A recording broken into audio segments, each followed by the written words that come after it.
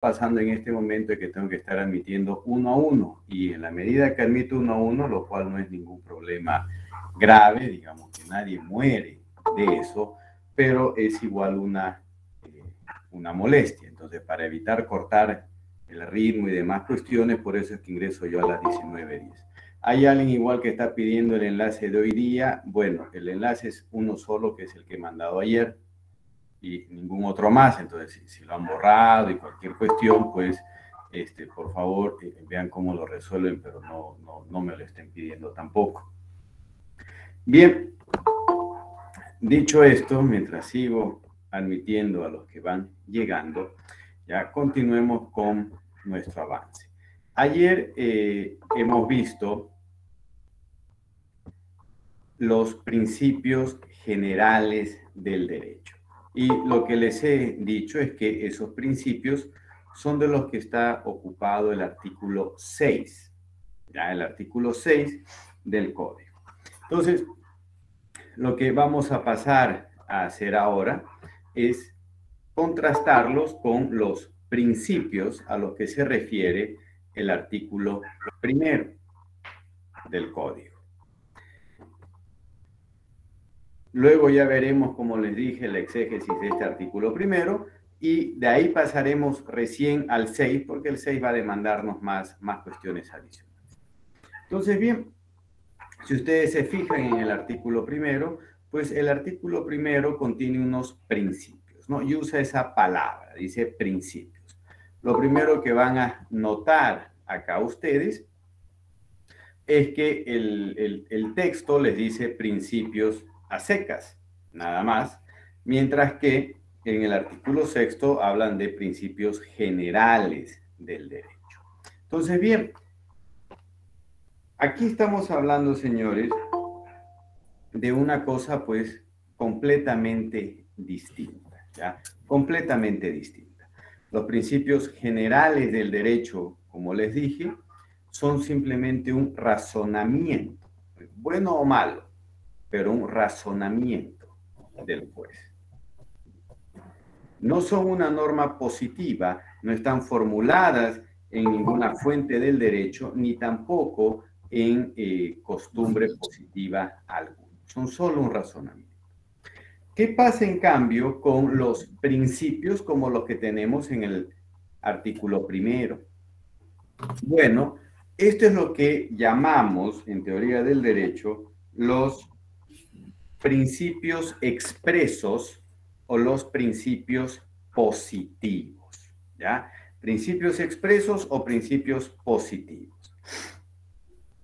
Cualquiera de las dos, de los dos apelativos, de los dos nombres, ya les dice de inicio de lo que estamos hablando. De entrada les dice ya de lo que estamos hablando, ¿ya?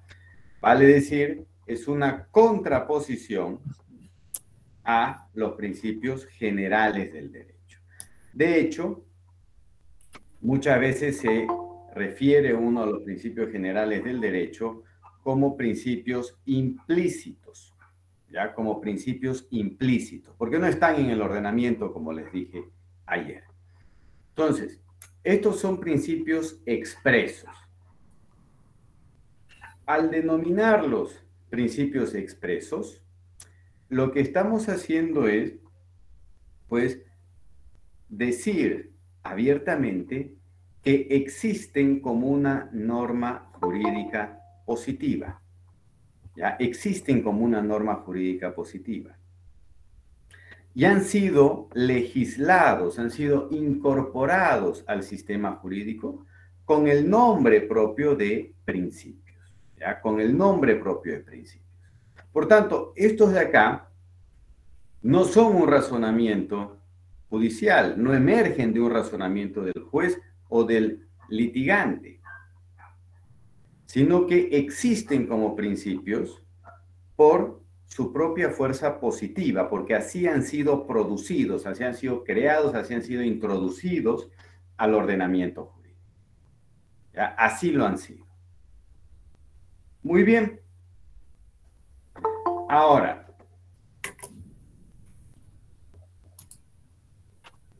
¿qué es, no? ¿Qué es lo que pues caracteriza a este tipo de normas. Bien, fíjense, cuando uno habla de principios, ya cuando uno habla de principios, mínimamente debiera pues contraponerlos a la idea de reglas. Ya mínimamente debiera contraponerlos a la idea de reglas. En el entendido, ya, en el entendido pues de que una forma de normas son las reglas y otra forma de normas son los principios.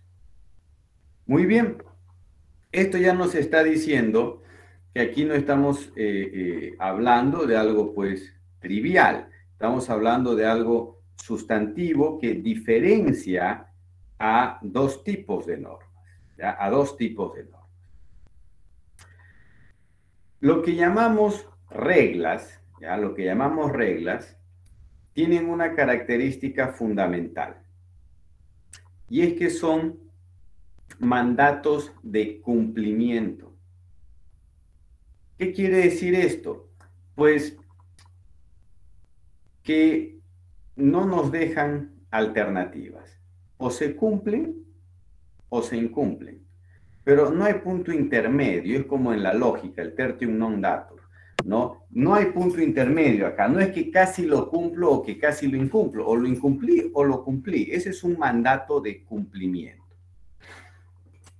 Desde luego que un mandato de cumplimiento, pues, puede tener dificultades interpretativas, puede tener dificultades en la valoración de su supuesto de hecho para determinar si fue cumplido o incumplido. Desde luego que puede dar lugar a distintas interpretaciones del mismo supuesto de la consecuencia jurídica, pero es siempre un mandato de cumplimiento, ¿no? Por ejemplo, un plazo para presentar una demanda es un mandato de cumplimiento. La obligación de conducirse pues de buena fe en el cumplimiento de un contrato o como un buen padre de familia, eso en el cumplimiento de las obligaciones son mandatos de cumplimiento, ¿no? O cumples o incumples, no hay más, no hay punto intermedio. Muy bien, la gran mayoría, ¿ya? La gran mayoría de las normas que tenemos en un sistema jurídico son mandatos de cumplimiento. Esos mandatos de cumplimiento, que desde el punto de vista de la deóntica, o sea, de la lógica de las normas, llamamos reglas, ¿ya? Esos mandatos de cumplimiento son los que cumplen una función fundamentalísima, esencial en el derecho, que es proveernos de certeza y previsibilidad en nuestras acciones. Por una razón muy simple, porque estos mandatos de cumplimiento operan, ¿ya? Operan como razones para la acción. ¿Qué quiere decir eso? Son razones, ¿ya? Son razones que justifican nuestra actuación. Si me detengo en el semáforo en rojo, pues no tengo que explicar mucho por qué lo hago, ni tampoco meditar mucho respecto de si me voy a detener o no me voy a detener. Simplemente sé que hay una norma de tránsito que dice que en rojo los conductores se detienen y que incluso se detienen en un lugar específico, ¿no? Que es previo al paso de cebra. Sé cuál es el color rojo, sé que soy un conductor, por tanto me detengo. Y a la pregunta de por qué me detuve, la respuesta va a ser sencilla, pues porque está en rojo. Vale decir, mi acción, mi actuación quedó justificada, ¿ya? Quedó justificada por una regla, por una norma. Muy bien. Y así puedo, pues, evaluar las acciones humanas respecto de distintas normas y demás que nos rodean. Sin ir más lejos, si quieren ustedes, pues creo que es por demás claro que todos ustedes pueden tener cosas mucho más entretenidas y hasta fructíferas que hacer a esta hora. Pero si sin embargo están acá, pues entre otras cosas es por una regla, ¿no? De que tienen que tener un límite de asistencia y demás cuestiones que les impuesta por la universidad. Entonces, muy bien. Las reglas, los mandatos de cumplimiento nos dan esa garantía de certeza, de previsibilidad, porque precisamente justifican acciones. ¿Ya? Nos permiten justificar nuestras acciones. Otra vez, puede ser que haya reglas que tienen un objeto vago, impreciso, que usan un lenguaje indeterminado. Por ejemplo, para volver sobre una ya dicha, pues el deudor deberá conducirse con la diligencia de un buen padre de familia. Bueno, esa es una metáfora, ¿no? Eso es una metáfora que se refiere pues a los deberes elementales que tiene el hombre medio para con su familia, y si esa persona va a cumplir con esos deberes, pues de la misma manera que cumple con esos deberes, debiera cumplir con sus acreedores. Bueno, muy bien, es una metáfora, por tanto requiere un grado de interpretación. Messineo decía que hay que conocer el contexto social en el que se desenvuelve el hombre medio y demás para poder determinar si hubo o no incumplimiento de la obligación. Ya, magnífico. Pero seguimos siempre con todas esas complicaciones encima, seguimos bajo la idea de un mandato de cumplimiento. ¿Cumplió o no cumplió este señor pues, con su obligación? ¿Está en mora o no está en mora? ¿Debía cumplir en una fecha determinada o no? Muy bien. ¿Qué ocurre en cambio con los principios? ¿Ya? ¿Qué ocurre con los principios? E insisto, me estoy refiriendo a los principios expresos. ¿Ya? Los principios no operan como mandatos de cumplimiento. Y de hecho, hagan la prueba y la tienen en sus narices. Lean los principios que están en el artículo 1 del código. ¿Alguno de ellos les dice qué deben hacer? O sea, ¿alguno de ellos se refiere a algún tipo de actuación concreta? Como parar en rojo, pasar en verde, no estacionarse en doble fila, no parquearse en esquina, cumplir con las obligaciones como buen padre de familia. Pues ninguno, simplemente. Ninguno. Muy bien. Los principios no son mandatos de cumplimiento. ¿Ya? No son mandatos de cumplimiento. Los principios son mandatos de optimización. Una cosa completamente distinta, ¿no? Completamente distinta, y que ni siquiera es del todo pacífica en la filosofía del derecho, porque desde el positivismo vamos a criticar ese tipo de definiciones porque precisamente invitan a la arbitrariedad. Pero bien, ¿qué es un mandato de optimización?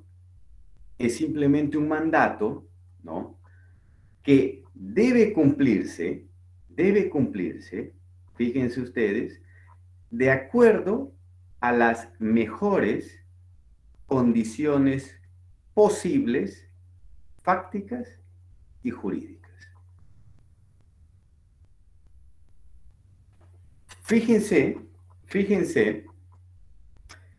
que si uno dice que hay una norma legal que se debe cumplir en la medida que pueda cumplirla, que es eso lo que acabo de decir, pues simplemente nos haría dudar de la naturaleza legal de esa norma. Porque precisamente lo que entendemos es que las obligaciones jurídicas se cumplen, más allá del supuesto de una imposibilidad sobrevenida, pues se cumplen y punto. Pero ocurre que precisamente un principio es lo opuesto a un mandato de cumplimiento. El principio no les dice qué deben hacer para cumplirlo. Insisto, revisen si quieren los principios del artículo 1. No les dice qué deben hacer para cumplirlo. El principio simplemente se refiere, en algunos casos, a un deseo que pretende alcanzar el ordenamiento, a algún tipo de valor que el ordenamiento defiende, ¿no?, de valor moral, algún tipo de conducta, práctica, finalidad que se quiere conseguir. Y por eso mismo es que los principios los expresos, van a plantearse pues como mandatos de optimización. Algo que solo se puede cumplir dependiendo de ciertas posibilidades fácticas y legales, ¿ya? Fíjense ustedes, ¿no? ¿Qué pasa si intercambiamos los conceptos? Imagínense ustedes que yo les digo que una regla jurídica es algo que solo se puede cumplir en las mejores condiciones fácticas y legales. Bueno, al día siguiente ustedes podrían decirme que se pasaron el semáforo en rojo, pero que eso no califica como una infracción porque de repente las condiciones fácticas eran que iban demasiado rápido como para poder frenar o que su vehículo tenía los frenos demasiado malos y tampoco les permitía frenar o que finalmente estaban muy apurados porque llegaban tarde a una cita decisiva en sus vidas, iban a encontrar el amor de sus vidas, ¿no? Y entonces tampoco podían frenar. Claro, a ver, señores, vale decir, si eso lo aplicáramos a las reglas, ¿no? Para seguir con el ejemplo del tránsito, algo así como que habríamos institucionalizado las prácticas de conducir del micrero, ¿no? Y las habríamos vuelto derecho, eso específicamente. Y desde luego, pues que eso va en contra más bien de lo que entendemos como derecho, de lo que entendemos como ordenación. La gran virtud de un sistema de normas es que es una forma de proyectarse al futuro. El derecho tiene una dimensión proyectiva, ¿ya? Cuando se establecen reglas, ya ustedes pueden anticipar su conducta y por tanto también anticipar que si incumplen la regla, recibirán un castigo o, si es el caso, si la cumplen, recibirán un premio. Y eso es cuando hay reglas, ¿no? Eso es cuando hay reglas. Un ejemplo clarísimo. Ustedes ya saben cuál va a ser su forma de evaluación. Y eso va a generar que ustedes sepan de antemano qué es lo que tienen que hacer en la clase, en el módulo y demás. ¿Y de dónde emerge eso? Bueno, si se dan cuenta, señores, emergen de una regla muy básica, ¿no? que finalmente también está reconocida por el ordenamiento, es la base del derecho privado, que es la palabra empeñada. Yo les he dicho cómo los voy a calificar.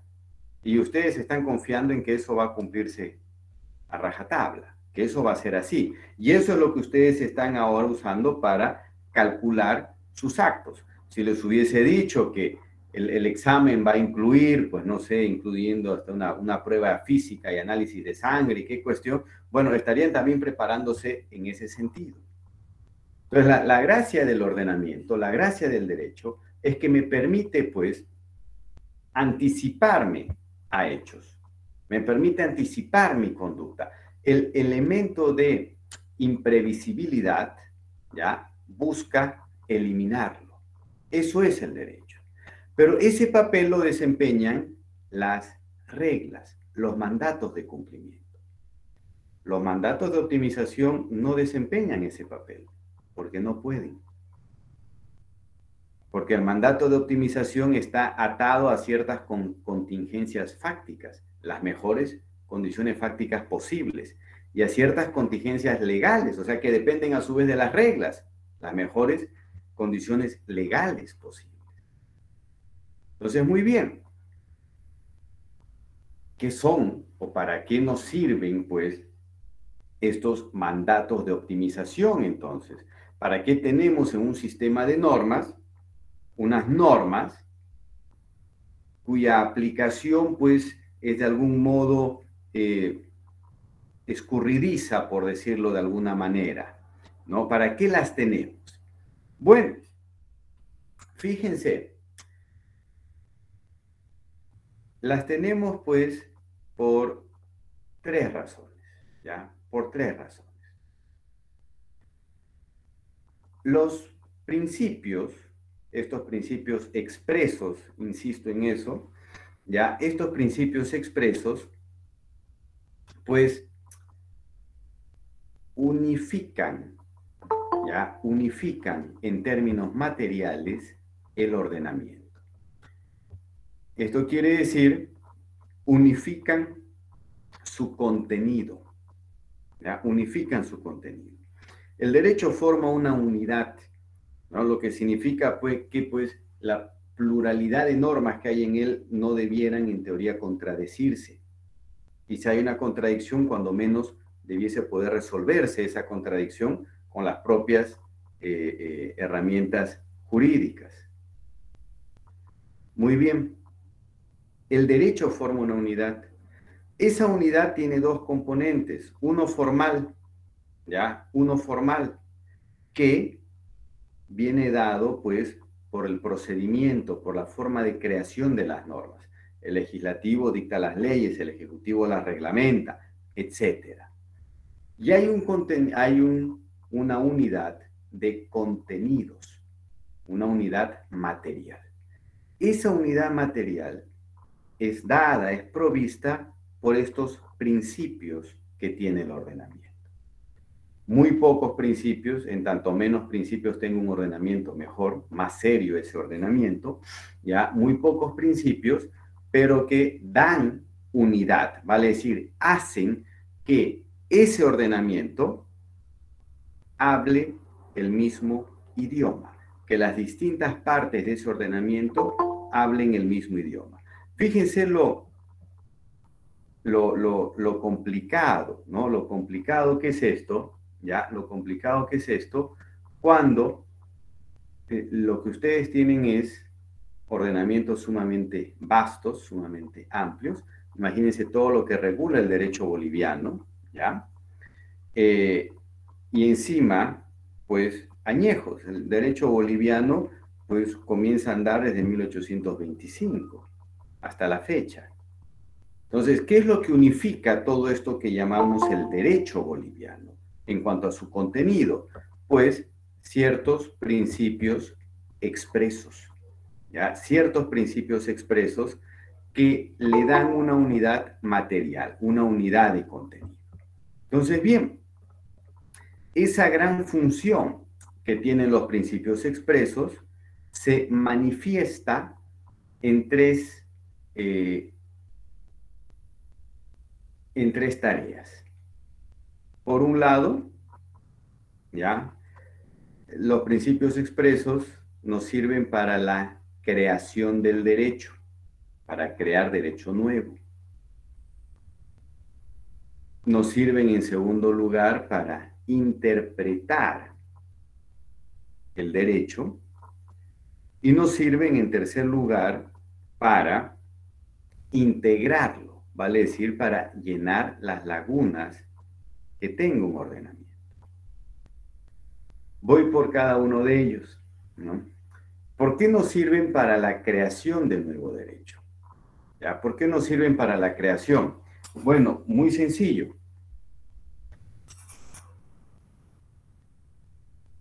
Porque como ustedes saben muy bien, para que una norma sea válida en un ordenamiento, esa norma no puede ser contraria a las fuentes superiores del sistema.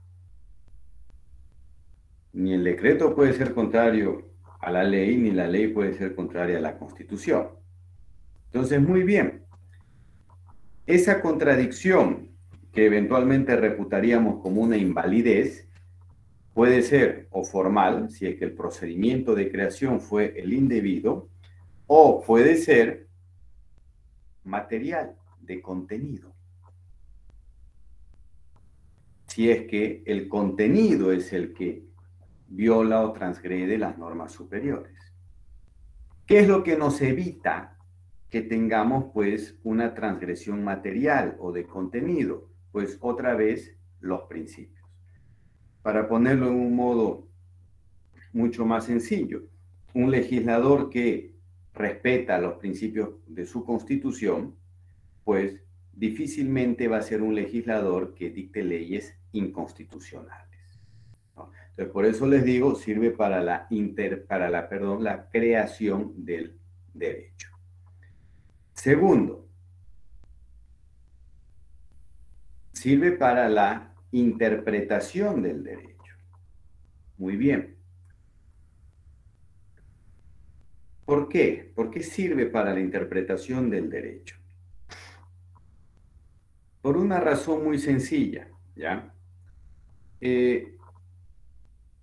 Por el mismo hecho de que los principios son estos, pues, mandatos de optimización, por el mismo hecho de que en su formulación ellos no tienen un antecedente jurídico, un antecedente de hecho y una consecuencia jurídica, sino que más bien que lo que expresan es conceptos, expresiones de deseos, fines o valores que persigue el ordenamiento.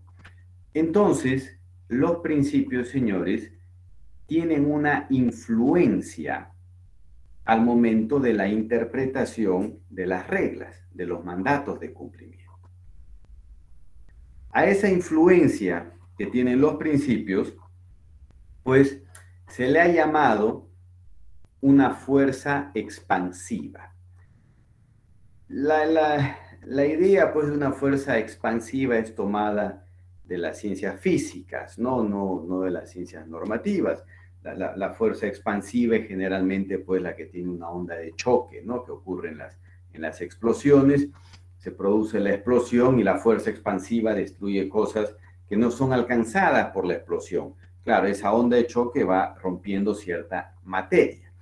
Bueno, es más o menos una metáfora empleada, pues, en la filosofía del derecho moderna para referirse a el valor que tienen los principios.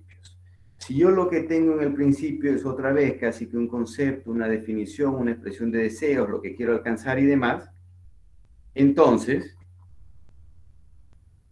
ese principio va a servirme para interpretar mi regla.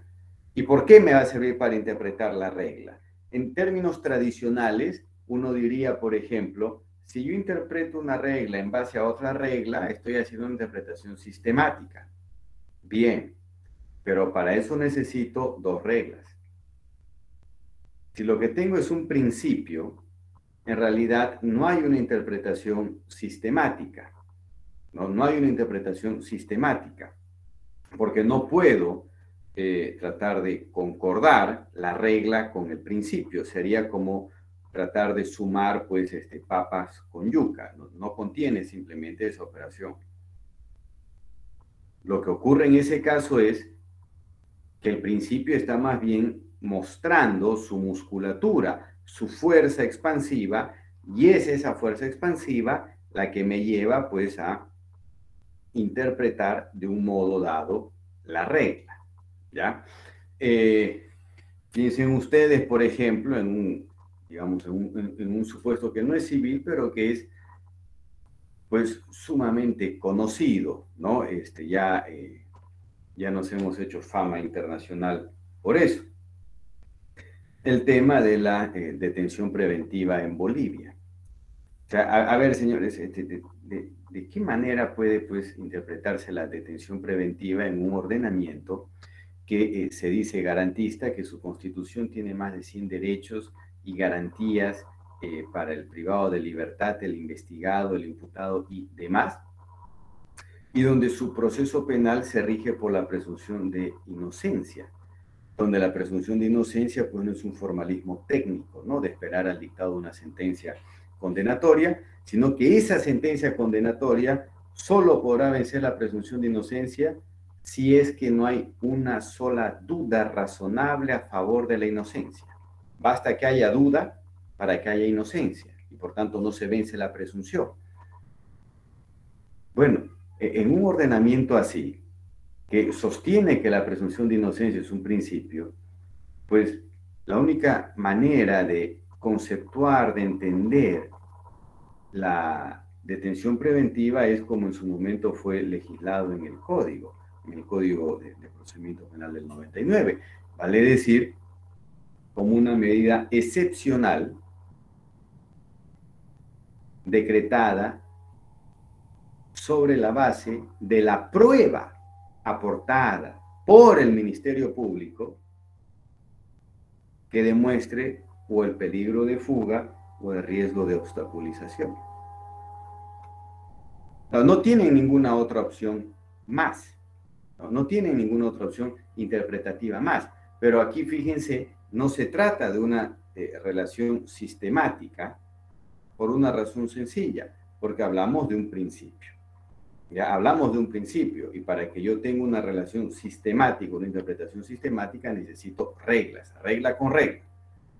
¿Ya? Regla con regla. Digamos que ahí estaríamos hablando de regla con regla, supongan ustedes un diálogo entre hermanos.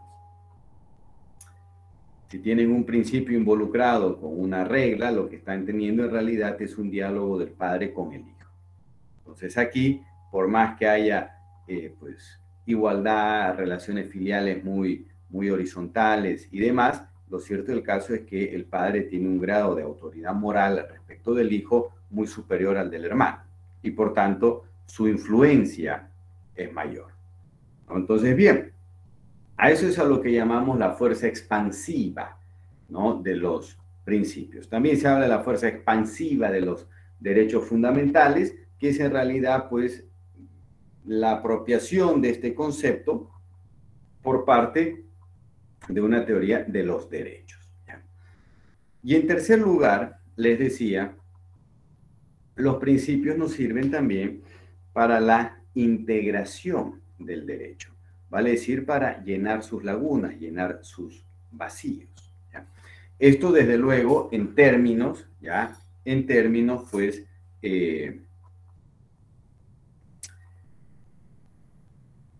teóricos. ¿Por qué les digo teóricos? ¿No? ¿Por qué les digo teóricos? Porque nuestro Código Procesal nos ha dicho que para los vacíos, los principios generales del derecho, no los principios expresos. Entonces, en teoría, si yo tengo una laguna del derecho, yo podría, pues, llenar ese vacío aplicando, generando algún tipo de regla para el caso concreto derivada de uno de estos principios, ¿no? De los principios expresos que me reconozca el ordenamiento o una parcela, ¿no? O sea, o una parte del ordenamiento. Muy bien. Ahora, ¿cuándo es, no? ¿Cuándo es que los principios, pues, ingresan de lleno a nuestro ordenamiento, a Bolivia, ¿ya? A Bolivia. Es el año 2004, ya es el año 2004, con una sentencia del Tribunal Constitucional que yo la llamo la sentencia del coleguita, ¿no? Entonces, fíjense lo que ocurrió acá. Fíjense lo que ocurrió acá. Un señor, pues, cándidamente presta una considerable suma de dinero, creo que eran unos $200,000, ¿ya? Que pues hace casi 20 años atrás tenía mayor capacidad adquisitiva que lo que tiene hoy, ¿no? A una persona, a un X. A cambio, X le da en garantía un cheque. Bien, X no le paga nunca y entonces el acreedor contrata a un abogado y con ese abogado, pues, pactan estarse al arancel del colegio nuestro, porque es un caso que nace en Santa Cruz todavía. Bien, el abogado, pues, sigue el proceso ejecutivo y lo que resulta es que no hay absolutamente nada para ejecutarle al deudor, ¿no? La clásica, ¿no? La clásica, cualquiera puede dar, pues, un título de valor, una letra de cambio, un pagaré y demás. En este caso no era un título de valor, sino un instrumento de pago, el cheque, mal usado como título de garantía, ¿no? Pero cualquiera puede en teoría extenderlo, ¿no? El asunto es el respaldo, pues, patrimonial, los activos que tiene el deudor para ejecutar contra esos activos. Entonces, bien, no hay de dónde cobrarse. Entonces, el acreedor, pues, paga los honorarios del abogado de acuerdo al arancel y le paga una suma fija. Creo que eran 3.000 bolivianos, una cosa así, ¿no? Lo que está ahí. Bien. Y lo siguiente que ocurre, ¿ya? Es que el juez liquida honorarios, ¿ya? A favor del abogado por el 10% de la cuantía, ¿no? Y conmina, pues, al pago al acreedor, ¿no? O sea, al cliente. Bien, este caballero apela, ¿ya? Y la Corte Superior, ¿ya? La Corte Superior, pues, se consigue una calculadora y hace el cálculo, ¿no? Dice, $200.000 es la demanda, por 10% igual 20.000, por tanto, correcto, pague. Sin haberse recuperado un peso. El señor entonces, no le queda de otra y va al Tribunal Constitucional. ¿Ya? Va al Tribunal Constitucional. Pierde acá, en Santa Cruz, pierde en la Corte Superior, que era, ¿no?, en el Tribunal de Garantías en el 2004. Y en revisión, ¿no? En revisión, pues el tribunal es donde comienza a tironearse los cabellos. Porque, a ver, obviamente, al menos obviamente para mí, se trata de una situación pues injusta, ¿no? Porque en general se da por descontado siempre que el porcentaje se aplica respecto de la recuperación, del monto efectivamente recuperado, no así del monto de la cuantía. Donde se puede aplicar respecto al monto de la cuantía es en el proceso ordinario o de conocimiento, pero precisamente se aplica ahí sobre el monto de la cuantía, porque en el proceso ordinario en realidad no tenemos un derecho aún. El otro es un proceso de ejecución de un título. El derecho está, es fehaciente, es incontrovertible. En el ordinario no, el abogado tiene que en primer lugar conseguir que exista el derecho a través de una sentencia. Además hay toda una carga laboral mucho mayor, no solamente en tiempo, esfuerzos y demás, sino en el razonamiento legal. El título, el proceso ejecutivo es una cobranza, es una acción de cobranza simplemente, ¿no? Digamos que es la versión, pues, con timbres de por medio del colombiano en moto, pero es una cobranza simplemente. Entonces, hay siempre, pues, esa situación distinta, pues va a generar, desde luego, una distinta regulación también del honorario. Bien, pero no lo entendió así ni el abogado, ni el juez, ni la corte. Y en el amparo, el tribunal, pues, se debate seriamente respecto de si puede entrar o no a conocer el caso, ¿no? Y la va dudando hasta que finalmente se mete. ¿Y qué es lo que va a sostener el tribunal?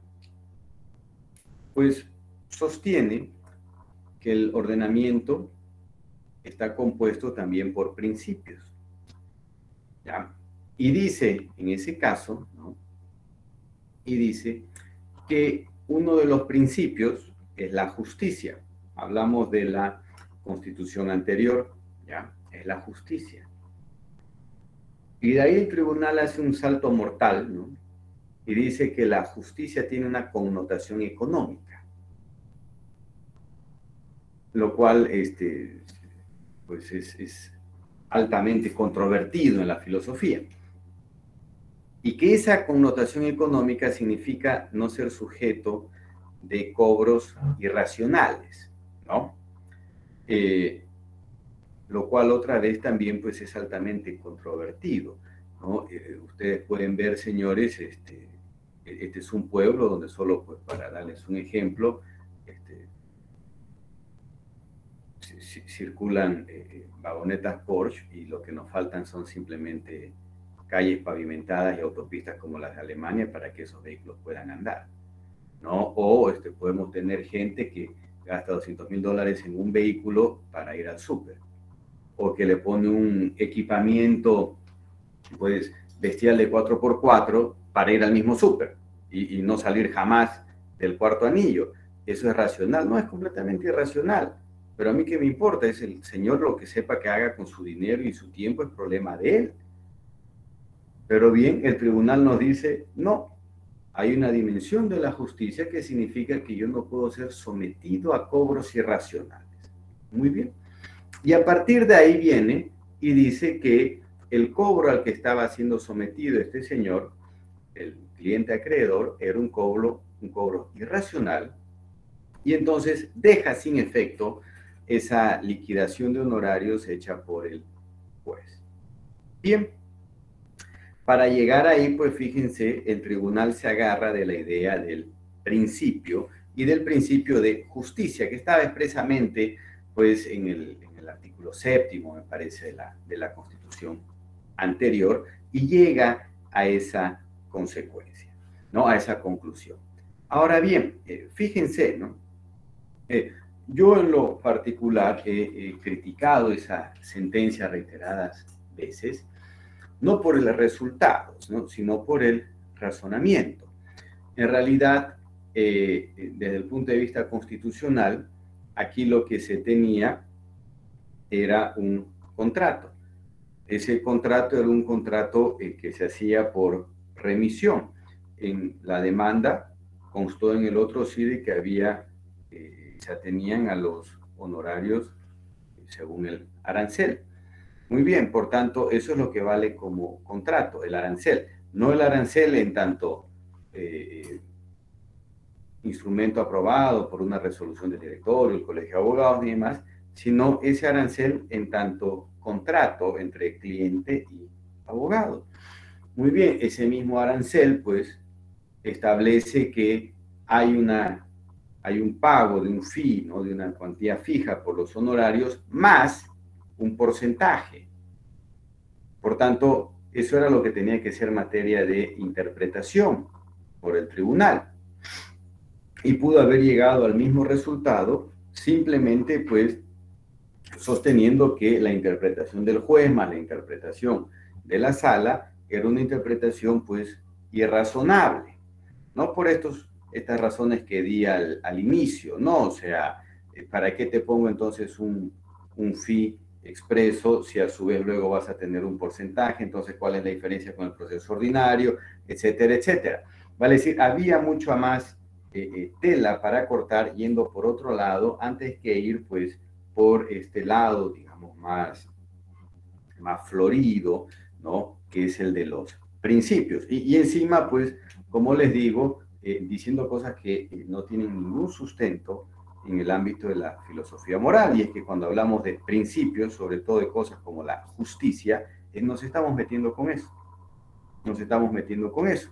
Entonces, bien, pero lo cierto del caso es que es en esa sentencia, la 1846, 2004, perdón, ¿ya?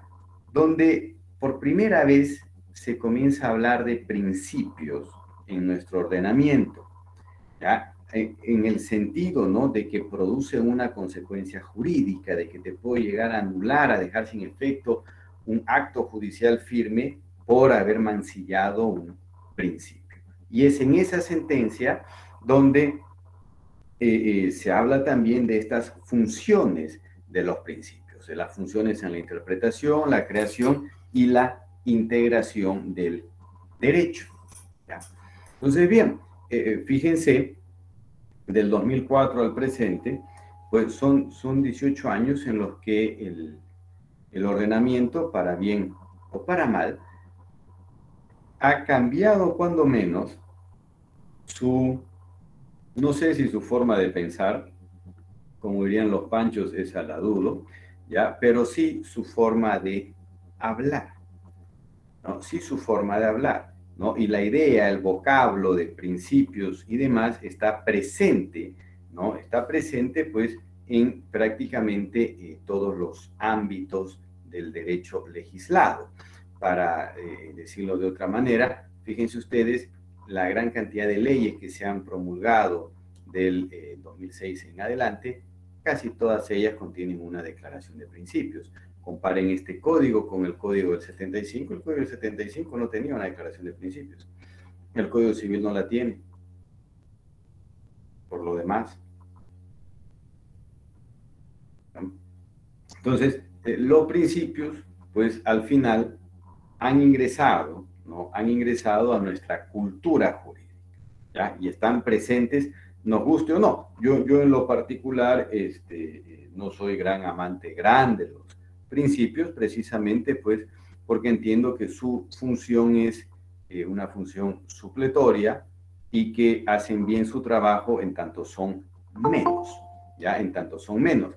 Pero eso es lo que yo puedo manifestar desde mi punto de vista como, pues, profesor que adscribo una filosofía del derecho específica, que es el positivismo jurídico, no pues como un, no sé, político u operador judicial que tendrá algún otro punto de vista. Ahora bien, ¿cómo reconocemos, ya? ¿Cómo reconocemos a un principio? ¿Cómo reconocemos los principios? Porque la idea de los mandatos de optimización ya está bien, pero ¿y cómo lo reconozco? Desde luego, una vez que uno se acostumbra a ver principios como los del código, los va a reconocer cada vez que los tenga por delante, cada vez que uno encuentre una norma que es más un concepto, una definición, una cuestión así, pues va a saber que está ante un principio, se llame o no se llame así, se ha reconocido o no se ha reconocido así por el ordenamiento. Pero lo cierto del caso es que los principios presentan, cuando menos, 4 características, ¿ya? 4 características. Y que son necesarias que confluyan para poder decir de verdad que se está ante un principio. En primer lugar, los principios, ¿ya?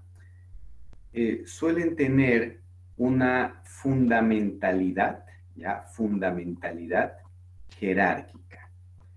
Vale decir, suelen estar situados en las cúspides de los ordenamientos.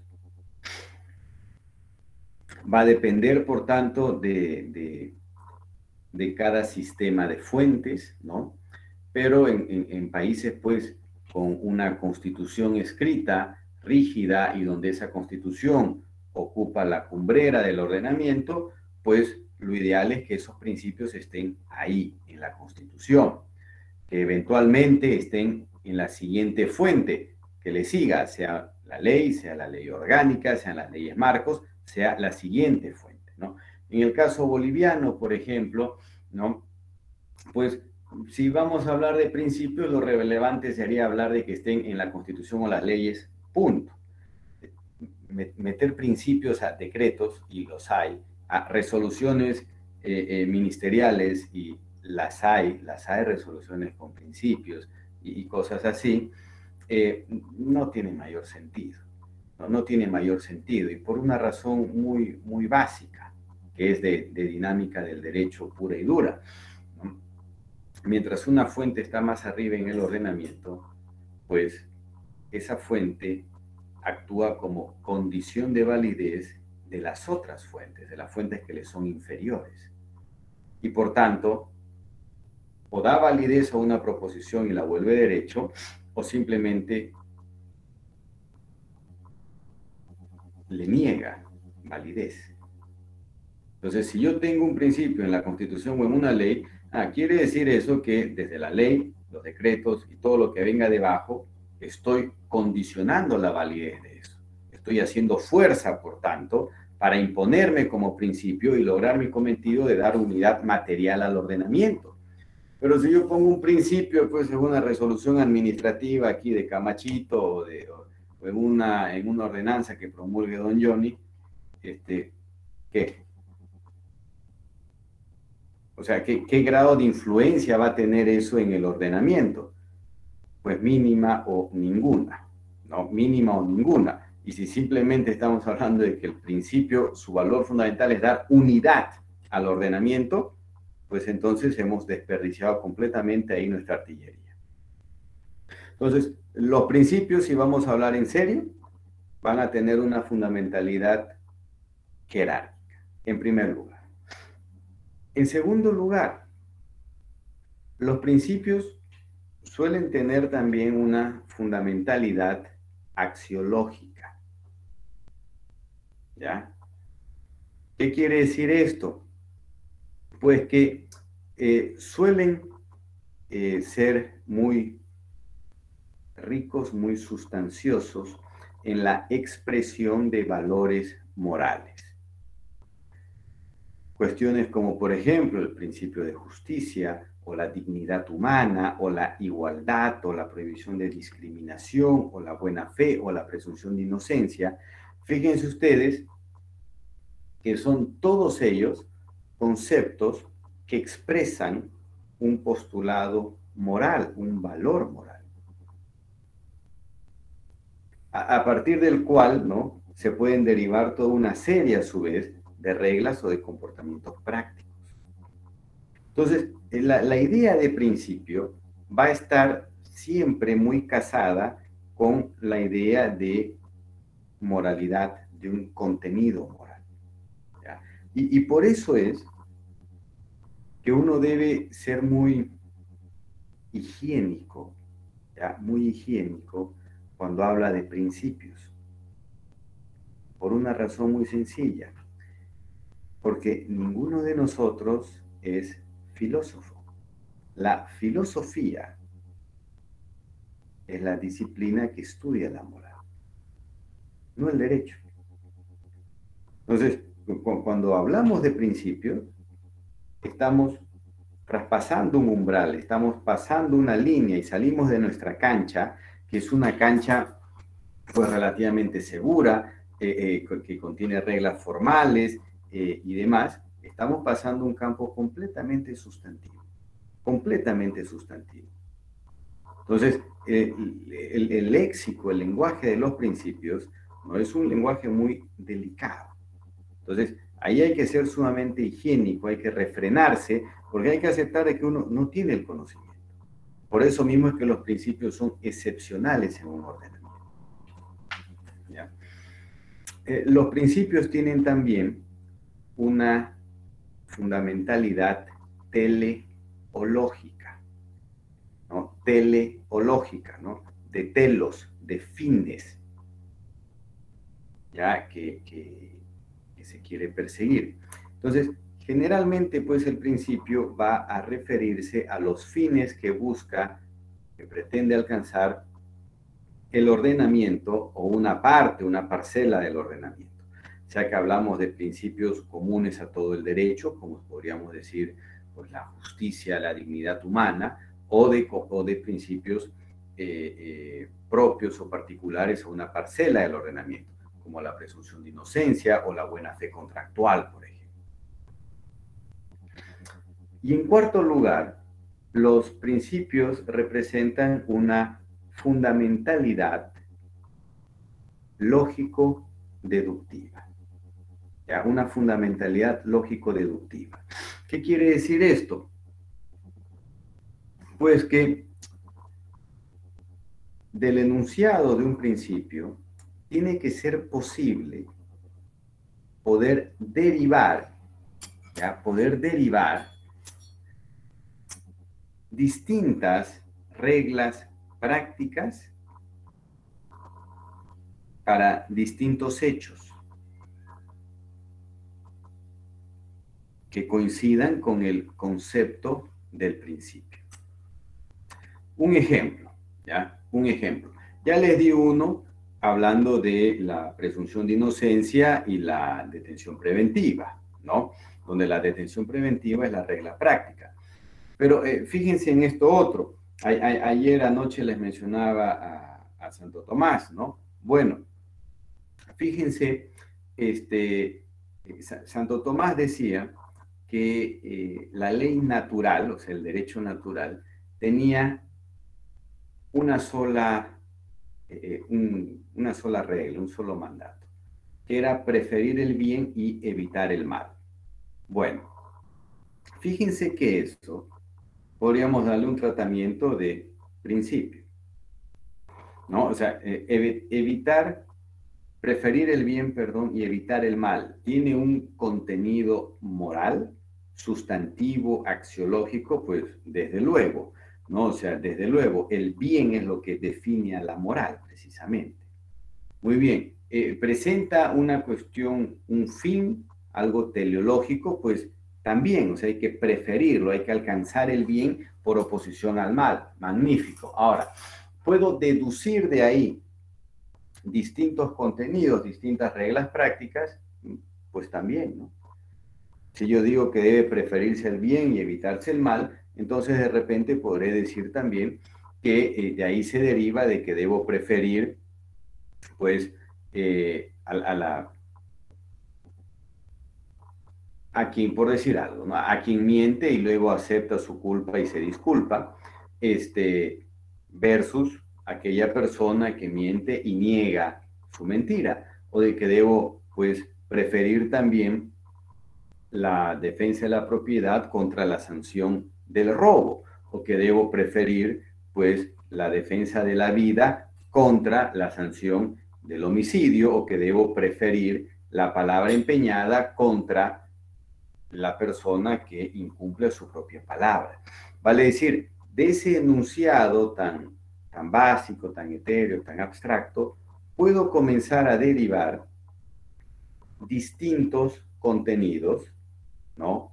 Que ya son concretos, ya distintos contenidos que ya son concretos. Eso es a lo que se refiere la fundamentalidad lógica deductiva, ¿ya? A eso es a lo que se refiere.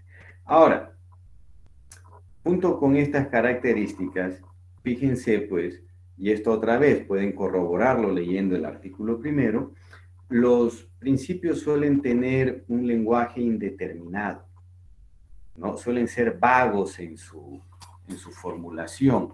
A ver, para darles algún ejemplo, ¿no?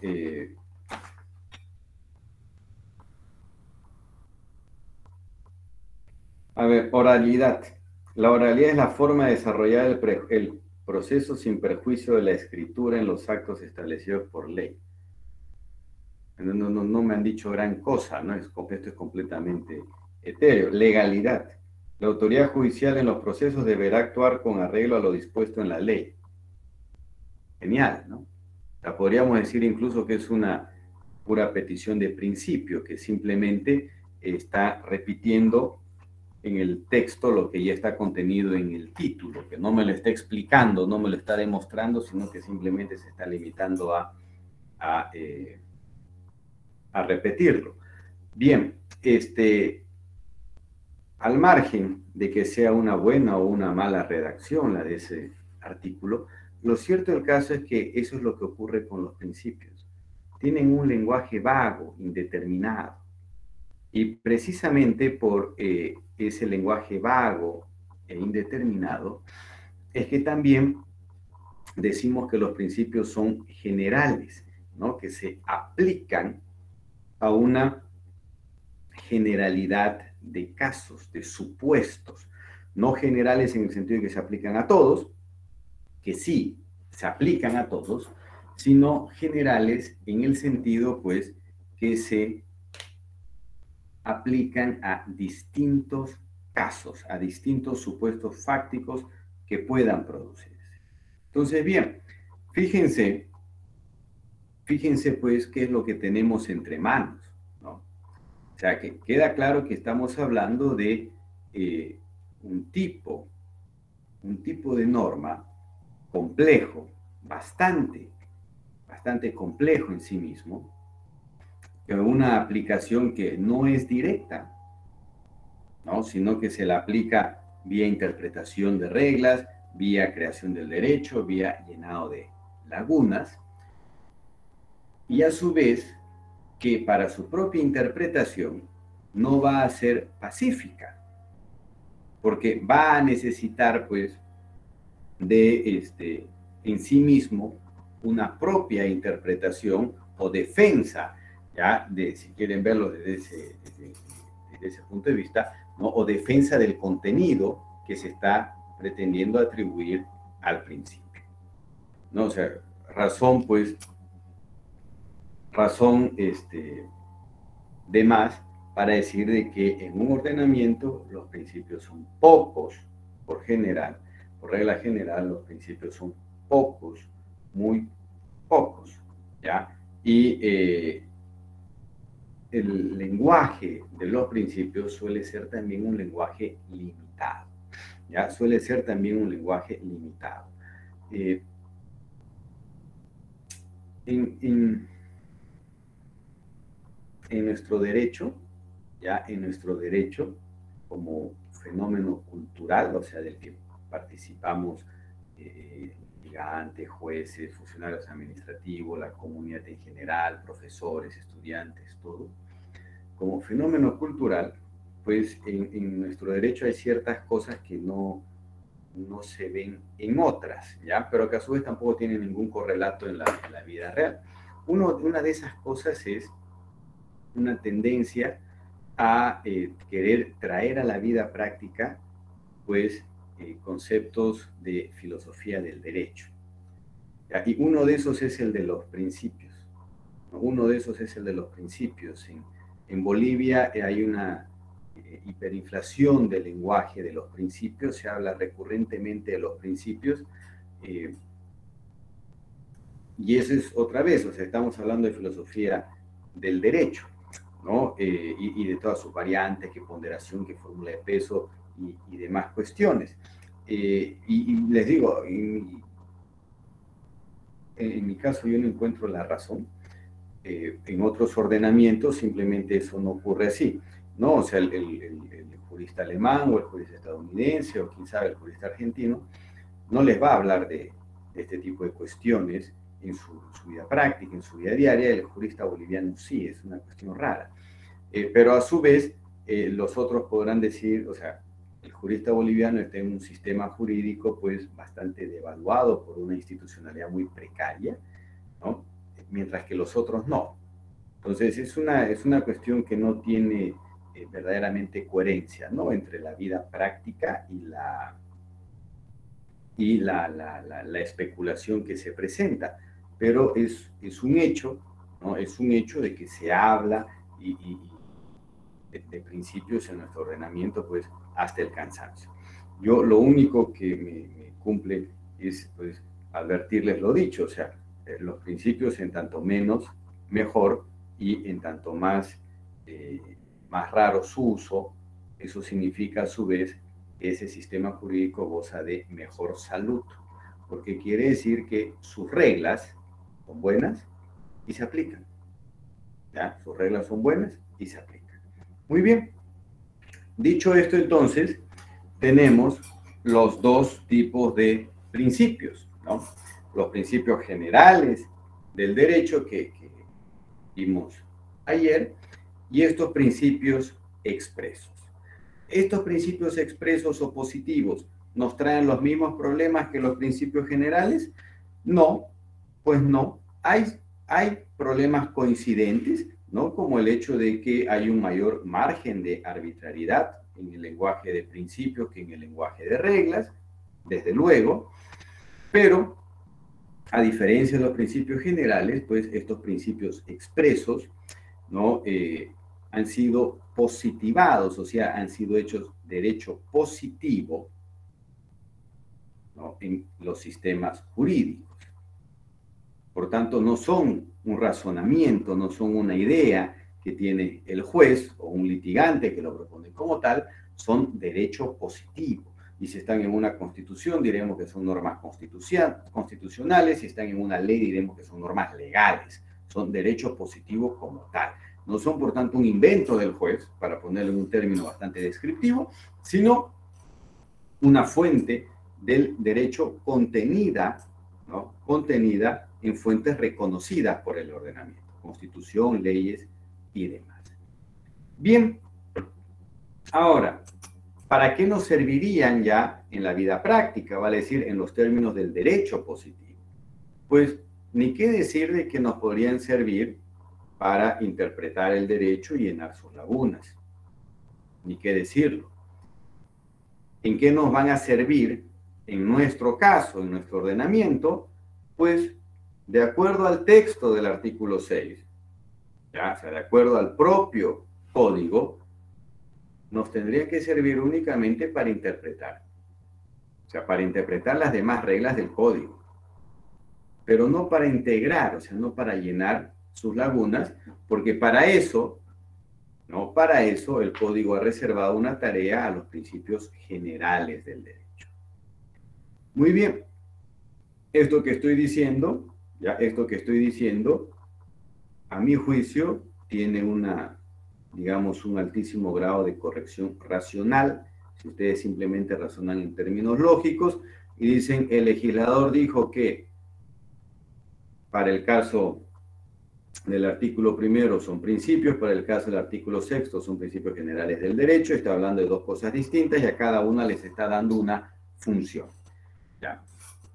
Sin embargo, pues volvemos a lo que les decía. El lenguaje de los principios se ha vuelto un lenguaje trillado, donde todo el mundo habla y se llena la boca de principios. Ya en buena cuenta se hacen gárgaras con los principios. Entonces, bien, nada raro, señores, nada raro que el juez, los litigantes, el Tribunal Constitucional o el Tribunal Supremo asuman que los principios del artículo primero y los principios del artículo 6 son lo mismo y que no vean diferencia absoluta en el uno y en el otro, de un lado. De otro lado, otra vez, prueba de que se habla mucho de los principios, pero no se los conoce, es que si se dan cuenta, señores, el legislador no nos debió meter los principios generales del derecho en el artículo 6. ¿Para qué? O sea, ¿para qué el legislador me dice cómo debo llenar una laguna? Si en el artículo primero me ha dado 17 principios expresos, ¿no era mejor que ese legislador simplemente me diga, llene las lagunas aplicando los principios expresos que están en el artículo primero, los principios reconocidos en este código y punto? Vale decir, mi sospecha es que tampoco tenía muy claro el legislador lo que estaba haciendo. Entonces dijo, a ver, vamos a comenzar. Más bien nos hizo el favor de no decirnos, como hay otra grandísima cantidad de leyes en nuestro país, de no ponernos un artículo primero diciendo, artículo primero, objeto. El objeto de este código es regular el proceso civil, ¿no? Como tenemos infinidad de otras leyes que nos repiten en el artículo primero el título, belleza, como si estuviéramos haciendo un programa analítico, una consultoría, un trabajo práctico, ¿no? Bueno, el legislador nos llevó a esto y no se dio cuenta de lo que estaba haciendo en el artículo primero, no se dio cuenta de que estaba dando 17 herramientas, una magnífica, en teoría, caja de herramientas a este mecánico que va a ser el juez, ¿no?, para resolver lo que se le presente por delante, y nos hizo esa distinción. Entonces, bien, con esto que es la parte teórica y un par de, digamos, de reflexiones de mi cosecha, cierro el avance de los principios en su componente teórico y pasamos ya a los principios uno por uno del código, ya para lo que les dije ayer de ir haciendo, pues, esto que estamos viendo tenga un correlato práctico inmediato. Bien, primer principio que nos dice el código es el de oralidad, ¿ya? Aunque ya lo leí, se lo vuelvo a leer, ¿no? La oralidad es la forma de desarrollar el proceso, sin perjuicio de la escritura en los actos establecidos por ley. Bien. No está mintiendo, pero lo primero que les debo comentar es esto. La oralidad, desde el punto de vista doctrinal, no es un principio del proceso, es un principio del procedimiento. Y llamamos procedimiento, por oposición a proceso, pues precisamente a la forma de desarrollar ciertos actos. ¿Ya? Entonces nosotros nos inauguramos con un principio del proceso civil que en realidad es un principio del procedimiento y no del proceso. Bueno, entonces en el ámbito del proceso, la forma en la que se desarrolla el proceso, pues va entre dos extremos, ¿no? Históricamente pimponea entre los dos, ¿ya? Oralidad y escritura. En algún momento la escritura es lo mejor que existe, mejor que descubrir a Dios, luego es la oralidad. Esa es la historia más o menos de los procesos. Entonces, bien, fíjense, los procesos, señores, nacieron orales. O sea, les estoy hablando en el año de la pera, ¿no? O sea, nacieron orales. Y por una razón muy sencilla, porque la escritura era pues un bien escasísimo, reservado a muy pocos, generalmente a los monjes, a los sacerdotes, al clero. Lo más probable es que ni los reyes supieran escribir, y encima carísimo, ¿no? O sea, vaya usted, degüelle el cordero, curta el cuero, forme el pergamino y demás cuestiones para escribir, ¿no? O sea, carta de amor a Filomena, no, o sea, ahí nomás, o sea, es demasiado esfuerzo, señores, no da. Entonces, en un inicio los procesos eran orales. En el siglo XIII, o sea, 1200, ¿ya? Para evitar la arbitrariedad de algunos jueces inicuos, o sea, abusivos, arbitrarios, mal entrañados, es que se introduce la escritura en el proceso, en el siglo XIII. ¿Ya? Y fíjense para qué, ¿no? Fíjense para qué. Discúlpenme que los aburra con estas cuestiones históricas, pero es que, como les dije ayer, o sea, señores, digamos que el mundo no ha nacido hoy, el agua tibia ya ha sido inventada y las instituciones humanas responden a ciertas razones, contingentes a ciertas circunstancias. Que la institución sea una buena o mala respuesta a esa contingencia es una cosa distinta, ¿ya? Pero que responde a eso, responde a eso. Entonces, ¿qué pasa en el siglo XIII? Pues se inaugura el proceso escrito para oponerse a la arbitrariedad que podían hacer los jueces inicuos. Claro, digámoslo muy sencillamente, lo que uno dice en el derecho es papelitos cantan, ¿no? Claro, ¿qué pasa si no tengo papelitos de ningún tipo? No lo tengo en la forma de demanda, no lo tengo en la forma de pruebas documentales, no lo tengo en la forma de reconvención, excepciones ni nada, tampoco lo tengo en la forma de sentencia. Entonces, señores, ¿qué es lo que me queda tangible? ¿Qué es lo que me queda que forme una memoria, una evidencia de que algo ha ocurrido? Pues eventualmente nada. O sea, la palabra de otros, simplemente, y cada quien puede percibir las cosas o entenderlas de un modo distinto. Entonces, la escritura va a surgir como una respuesta a la arbitrariedad, para frenarla, para pararla en seco, ¿ya? Y por tanto, como una forma de garantía, ¿ya? Como una forma de garantía, señores. Ahora, ¿es que recién aparece ahí la escritura? No, ahí es cuando reaparece la escritura, ahí es cuando reaparece la escritura. La escritura estaba presente en el proceso romano, ¿no? El romano llegó a un punto de evolución en el que desarrolló un proceso formulario, ¿no? Donde en buena cuenta pues era casi como un checklist, ¿no? Y a la finalización del checklist se sabía quién tenía la razón y quién había perdido. Nosotros diríamos que nos parecería extremadamente formalista y lo criticaríamos y demás, Pero lo cierto del caso es que llegar a un proceso de ese tipo significó en ese momento una gran evolución. Cuando cae Roma, todo eso se pierde, Roma es invadida por los bárbaros y se ingresa a la época de la ordalía, o sea, la época en la que el proceso es regido por las profesiones de fe. Entonces, el derecho germano, por ejemplo, es pródigo en la prueba ordálica, ¿ya? En la prueba ordálica. Entonces, a ver, por decirles algo, pues estoy viendo a dos de ustedes, Daniela y Paola, hay un litigio entre ellas, y muy bien, el juez dice, magnífico señoras, no se preocupen, ya las oí, ahora vamos a someter su dicho a prueba. Daniela dice que Paola le robó su vaca, Paola dice, no, yo no le robé nada, sino que ella me la regaló, así que tampoco me corresponde devolvérsela. Bien, hay que determinar, por tanto, la propiedad de la vaca, y para saber quién es la dueña, a ver, vayan y agarren ese tizón candente, y la que lo suelta primero, esa es la que está mintiendo. ¿No? O sea, muy distinto no era a la gran idea del rey Salomón y decir, a ver, traigan al muchacho, lo parto en dos y se acaba, ¿no? O sea, esa era la prueba orgánica.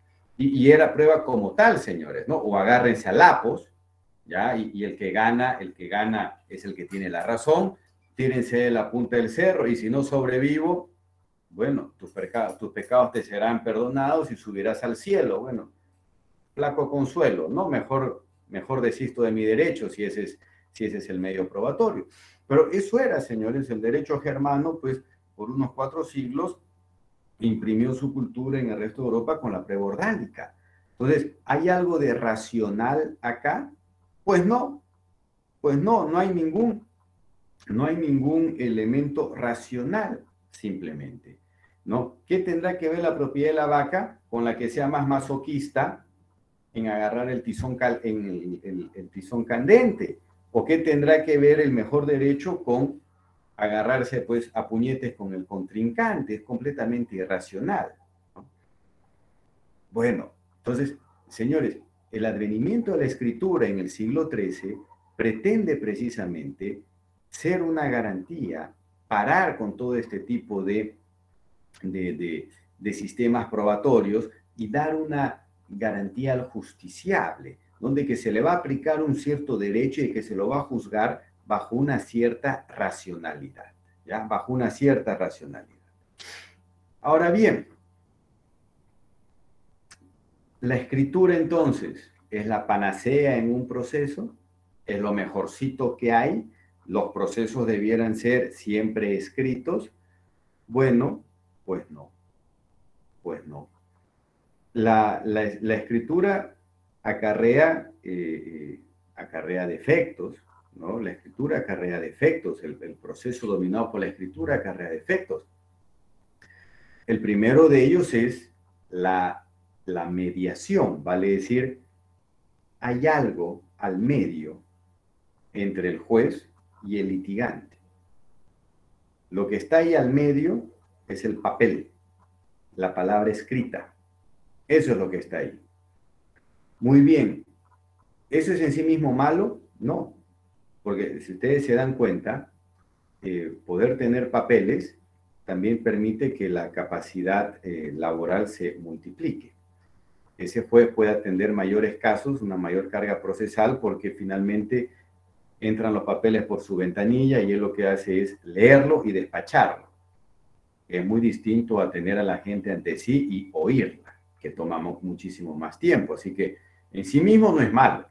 En sí mismo no es malo. Claro, ¿cuál es el problema? Es que hay algo interpuesto al medio entre el litigante y el juez.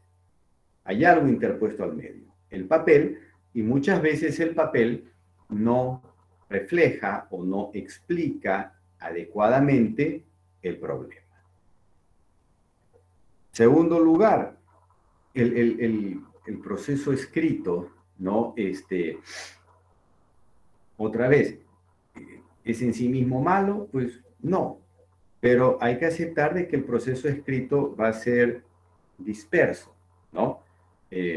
Digamos, aquí ocurre exactamente lo mismo entre querer hablar por teléfono y chatear con alguien, ¿no? Entonces, claro, señores, o sea,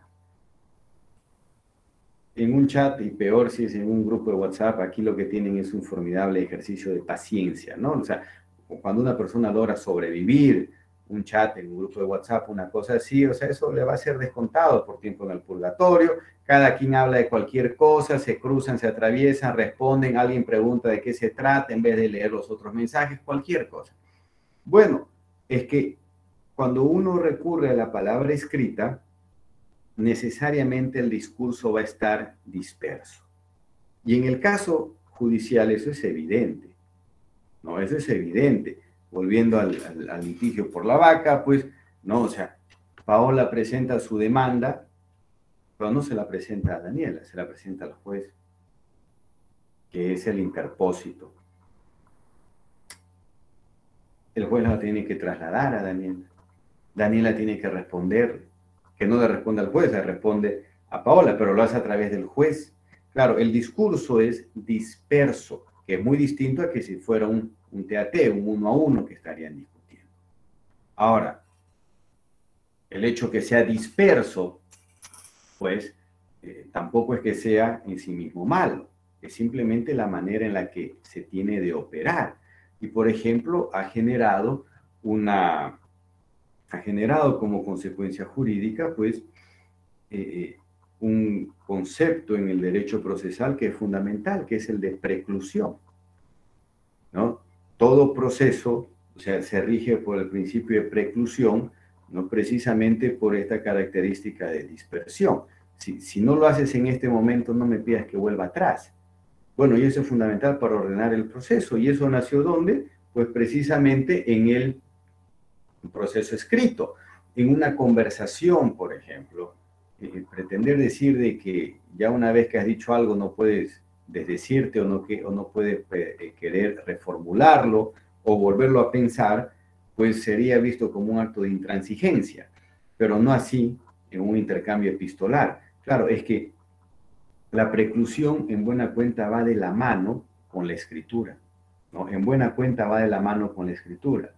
Ahora, el proceso escrito, ¿no? El proceso escrito desde el punto de vista de la privacidad de los litigantes, ¿es más respetuoso de esa privacidad?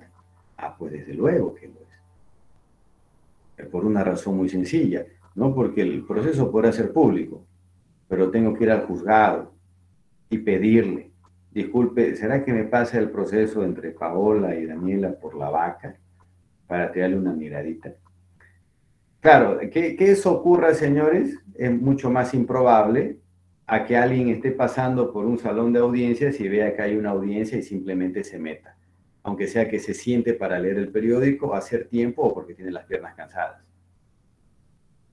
¿no? Entonces, se los pongo así para que vean que la escritura, pues, no es en sí misma mala, ¿ya? No es en sí misma mala. Ahora, ¿qué es lo que implica, ¿no? ¿Qué es lo que implica la oralidad?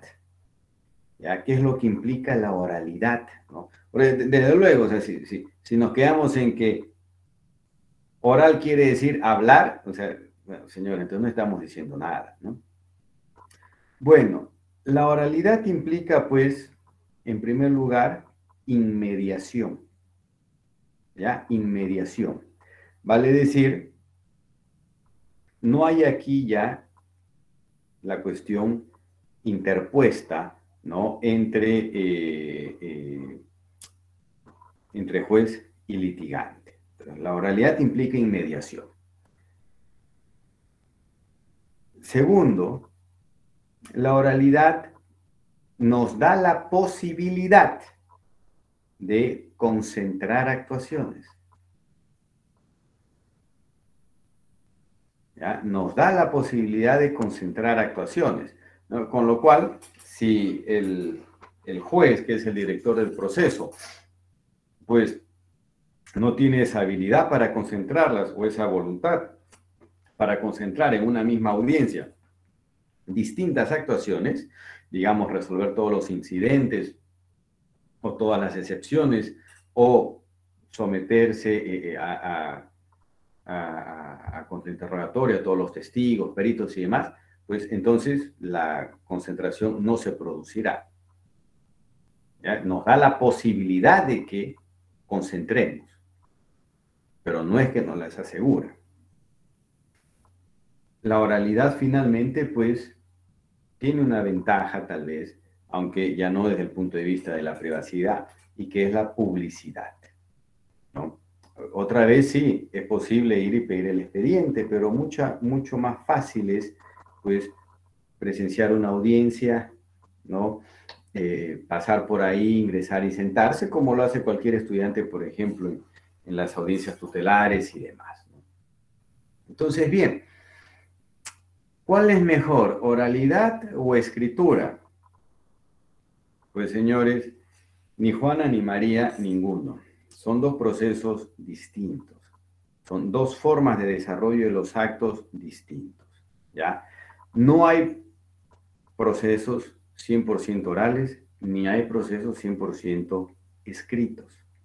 Lo que hay es una combinación de ambos, donde el proceso oral siempre requiere de ciertos actos escritos, como la demanda o la reconvención, o sea, los actos postulatorios, ¿no? Y donde la fase oral, ¿ya? Donde la fase oral, ¿ya? Es en buena cuenta, pues, un recordaris, ¿ya? De lo obrado en la fase escrita. Fíjense cómo opera, ¿ya? No me voy a referir al proceso civil nuestro, porque para no entropizar pues, con lo que van a ver ustedes más adelante. Pero fíjense cómo opera en un sistema de common law un proceso civil, ¿ya? Que es igual, son procesos orales, ¿no?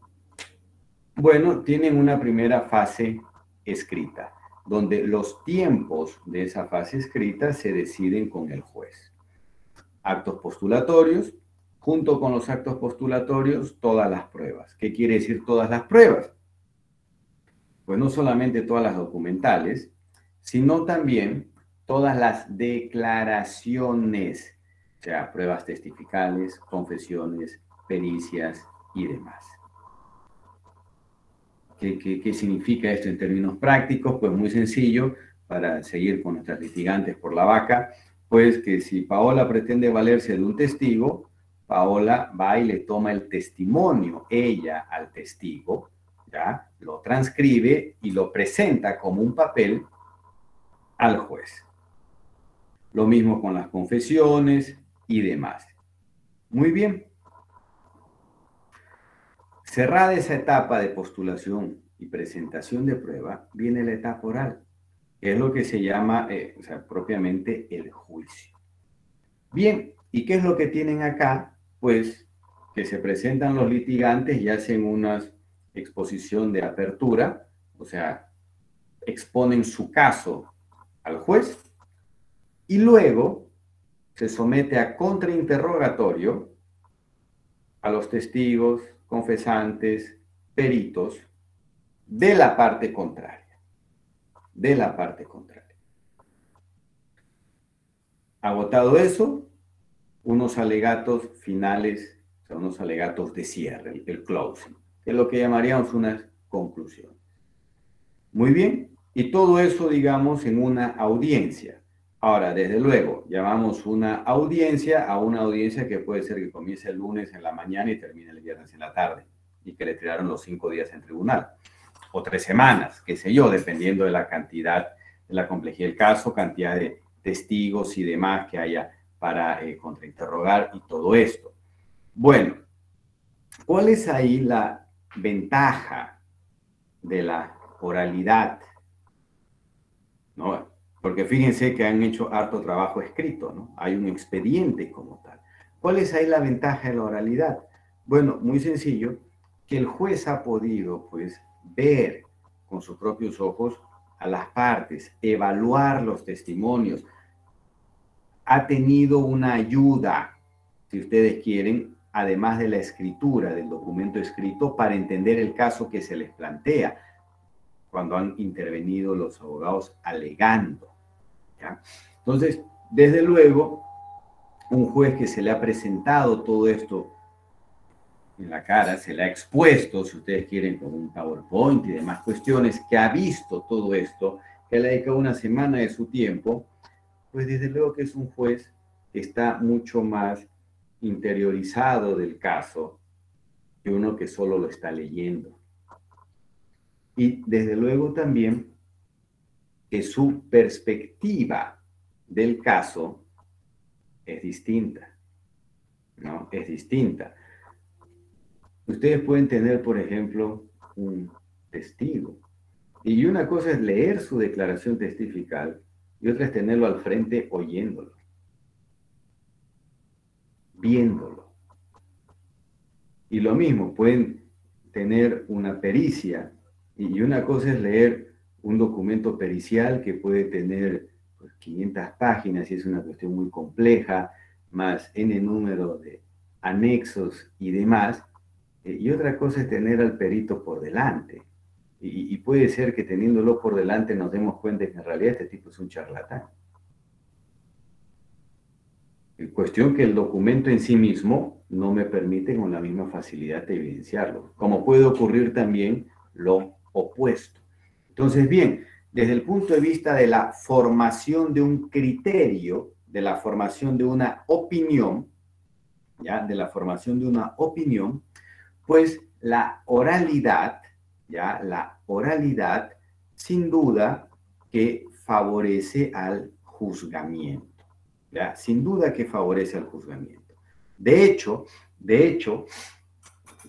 ahora, de hecho les decía, en el ámbito del arbitraje, ¿no? Que compite con la justicia civil, es así como ocurre.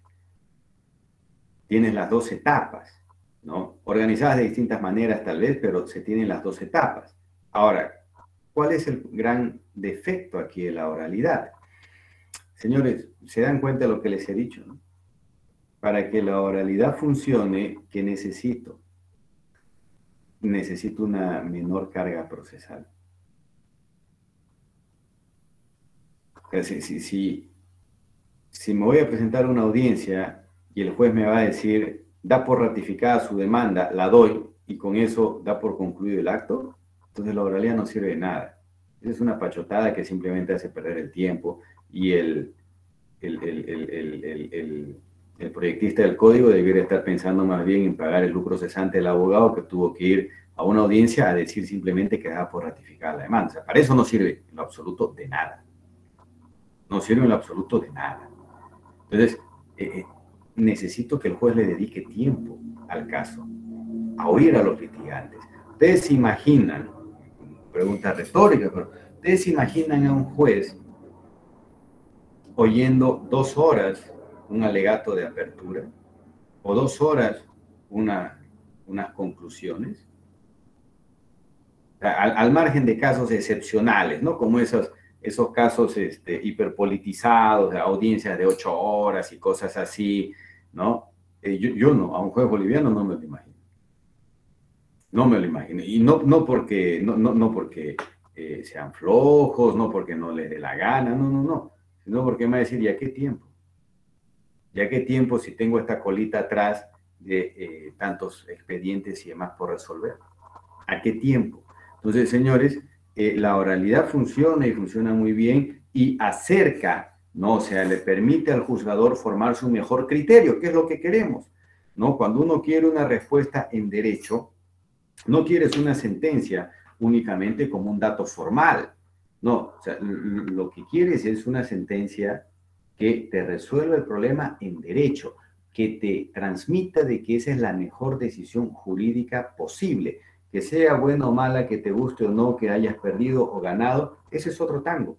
Pero el hecho es que es la mejor decisión jurídica posible, que fue el criterio mejor formado que se tuvo. Y a eso, desde luego, contribuye la oralidad, dividir estas etapas como les acabo de mencionar. Pero eso tiene un alto costo. O sea, eso tiene un alto costo. O sea, necesitamos menor carga procesal, se necesitan más juicios, más jueces, perdón, necesitan otro tipo de salones, ¿no? Y demás cuestiones que ciertamente no se los tiene. Entonces, la oralidad en sí misma no es una panacea, señores. Ya no es una panacea. Se los digo porque cuando yo era todavía estudiante de licenciatura, fue que se hizo la modificación al Código del Procedimiento Penal. Y entonces ahí era, ¿no? O sea, la propaganda era, porque era ya verdaderamente propaganda lo que hacían, era que la oralidad iba a resolver absolutamente todo y presentaban sus cuadritos comparativos, los plazos de aquí y acullá. Y claro, era pues tramposo, ¿no? Era como las mismas trampas que hace el socialismo y el capitalismo. El socialismo te pone en una columna, digamos, los ideales socialistas versus la realidad capitalista. Claro, si tú comparas sueños, mitos con realidad, siempre va a perder la realidad. Comparemos mito con mito o realidad con realidad y veremos qué pasa. Entonces te ponían de un lado la realidad del Código del 72, una mora procesal, plazos que se dilataban y demás, versus la letra del Código del 99, ¿no? Entonces, obvio que siempre iba a ganar el Código. Bueno, yo no soy penalista, jamás ha sido mi área de estudio, ni me he aproximado a eso, al derecho penal nunca, pero al menos lo que yo sabía era que hace muy poco tiempo atrás ya se dijo que el Código 99 había fracasado y que los procesos penales duraban ahora más que los que duraban con el Código del 72. Bueno, es que, señores, en sí misma, pues la oralidad no es una solución si es que no viene acompañada de otro tipo de cuestiones para que funcione, ¿no? Que ayuda a formar criterio, eso sí, ayuda a formar criterio. ¿Ya? Ayuda a formar criterio y eso es fundamental para tener una buena respuesta en derecho. Pero en sí misma necesita de cuestiones extrajurídicas para que funcione. Segundo principio que dice el código. Legalidad. La autoridad judicial en los procesos deberá actuar con arreglo a lo dispuesto en la ley, ¿no? Otra vez un razonamiento circular. Bueno.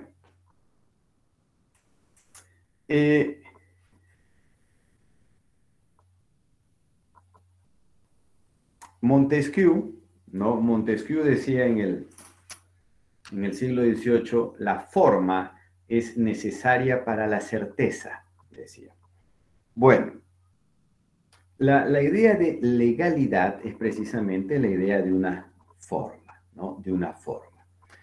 Cuando el código se refiere aquí a legalidad, pues se está refiriendo a una máxima que inspira a todo Estado de Derecho, a todo Estado constitucional de derecho, como llamamos ahora. Y es que decimos que estamos sometidos a las leyes y no a los hombres, ¿no? Sed sub lege non sub homine. Vale decir, estoy sometido a la razón hecha ley, no al capricho, no a la arbitrariedad de las personas. Entonces, bien, el código nos dice que el juez deberá sujetar su actuación a la ley. Bien, ¿a cuál ley? Pues al código, ¿no? Pues al código, porque no se está refiriendo a su actuación en la conducción del proceso, vale decir, en la parte dinámica del proceso. No se está refiriendo al fondo del caso, que para eso aplicará la legislación que resulte pues, pertinente. Bien, ¿qué quiere decir pues esta legalidad? ¿No? La jurisprudencia del Supremo la ha vinculado, por ejemplo, con las nulidades procesales, ¿no? Donde una nulidad solo es tal si es que es contemplada por el ordenamiento como nulidad, por el ordenamiento procesal. La ha vinculado también con el debido proceso y la ha vinculado también, pues, con el derecho a tener una defensa efectiva. Vale decir, cuando hablamos del principio de legalidad, estamos hablando de un concepto bastante redundante, o sea, estamos dando vueltas sobre lo mismo. Estamos diciendo que el juez no debe apartarse a la ley, obvio. para ese juez, es un funcionario público que debe cumplir la ley y para eso existen las leyes. Estamos diciendo que en el cumplimiento de la ley procesal debe garantizarse el debido proceso. Bueno, obvio, pero eso no es necesario porque me lo diga el código, sino porque me lo manda la Constitución, y lo mismo con el derecho a la defensa. Estamos diciendo que los actos procesales, para ser válidos, deben cumplir la ley procesal. Pues por demás obvio, por eso es que las normas procesales son de orden público, como dice el artículo 5º, y otra vez, por eso es que existen las normas procesales, si no, no existieran simplemente. Entonces, bien, ¿qué es lo que ocurre acá? Y que no va a ser primera ni última vez, ¿ya? Que se ha metido al artículo primero, ¿ya? Se ha metido al artículo primero, pues, una serie de conceptos que están repetidos o que son implícitos y están en otros principios o en otros conceptos del propio código. Por ejemplo, ¿no? Les he dicho que la oralidad implica 3 cosas. De entrada, inmediación. Ahora fíjense en el 5º principio, inmediación. Vale decir, con solo decir oralidad, los 2 conceptos ya estaban. El código los separa, los escinde. El código nos dice principio de legalidad, ya. Pero luego nos lleva artículo 4º, debido proceso, artículo 5º, normas procesales. O sea, lo mismo que está desarrollando la jurisprudencia como principio de legalidad. Tenemos una superposición, a eso es a lo que me estoy refiriendo, a que llamamos principio a contenidos que están dispuestos como mandatos de cumplimiento, o sea, como meras reglas en los artículos siguientes, o a contenidos que están repetidos, ¿no? Con lo cual, otra vez, vuelvo a mi punto, ¿no? De una hiperinflación en el discurso de los principios. Estamos abusando aquí del término y en realidad no tenemos tantos principios tal vez como podríamos llegar a pensar, ¿no? Aquí dicen 17, pero cuando menos van a ver ustedes que podríamos quedarnos tranquilamente en 13, una cosa así, sin contar de que no todos son principios procesales, ¿no? Como les dije. Bien. No quiero adentrarme más en el tema del debido proceso ni el derecho de defensa, porque eso lo quiero ver en el artículo 4º, ¿ya? En cuanto a legalidad, ni tampoco quiero meterme en el tema de las nulidades procesales, porque ustedes van a ver dentro del proceso, pues entiendo que un módulo específico respecto de eso. Y no quiero meterme en lo que le corresponda a otros profesores. Lo único que quiero recalcar es que pues la idea de que el principio de legalidad está vinculado a las nulidades procesales es por una cuestión muy básica, y es que precisamente hay nulidad procesal cuando se incumplen las normas del procedimiento y cuando ese incumplimiento es sancionado por el procedimiento como una nulidad, ¿no? Lo que llamamos el principio de especificidad de las nulidades. Entonces, es por eso que la jurisprudencia se ha referido así aquí a la legalidad. Bien, dicho esto, no quiero pasar al principio dispositivo, porque ese sí es el fundamental, el más importante, el toro, como quieran denominarlo, ¿ya? Del proceso civil. Y ese me va a tomar harto tiempo y en mi experiencia, no por mucho madrugar amanece más temprano, por aprovechar 4 minutos más, mañana me genera tener que volver a repetir eso, con lo cual es pérdida para todos, ¿ya? Entonces, bien, lo dejamos acá. Mañana continuamos con el resto de los principios y, bueno, con el avance como les fui comentando. ¿Tienen alguna pregunta o ahora que ya saben la forma de evaluación no tienen ninguna y todo está clarísimo?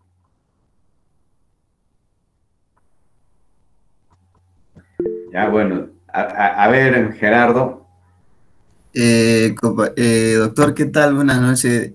Bueno, quería pedirle permiso para decirle a mis compañeros que estoy haciendo un grupo informativo sobre la maestría. Me hablan al privado. Ya, bueno,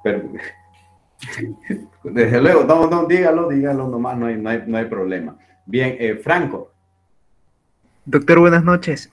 ¿A qué principio se refería al final? ¿Principio de especialidad? A especificidad, que es un principio que rige las nulidades, ¿no? Especificidad o tipicidad, que opera del mismo modo que en el derecho penal, ¿no? No hay hecho que sea delito per se por sí mismo, sino porque ha sido tipificado como tal. No hay nulidad que sea nulidad por sí misma, sino porque ha sido tipificada específicamente, de ahí viene la especificidad como tal. Eso es.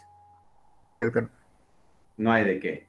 Bien, bueno, si no hay ninguna otra pregunta, entonces, señores, tengan buenas noches. Ya saben, no se desesperen, 19:10 yo voy a comenzar a aceptar a todos para que en esos 10 minutos ustedes vayan llegando.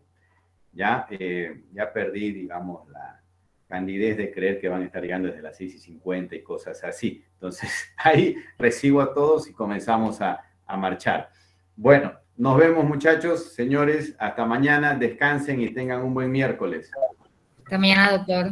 Hasta mañana. Hasta mañana, doctor. Gracias, Tatiana, muy amable. Hasta mañana, doctor. Hasta mañana. Buenas noches, hasta mañana. Hasta mañana, buenas noches. Buenas noches. Hasta mañana, doctor. Hasta mañana, descansen. Hasta mañana, doctor. Hasta mañana, hasta mañana.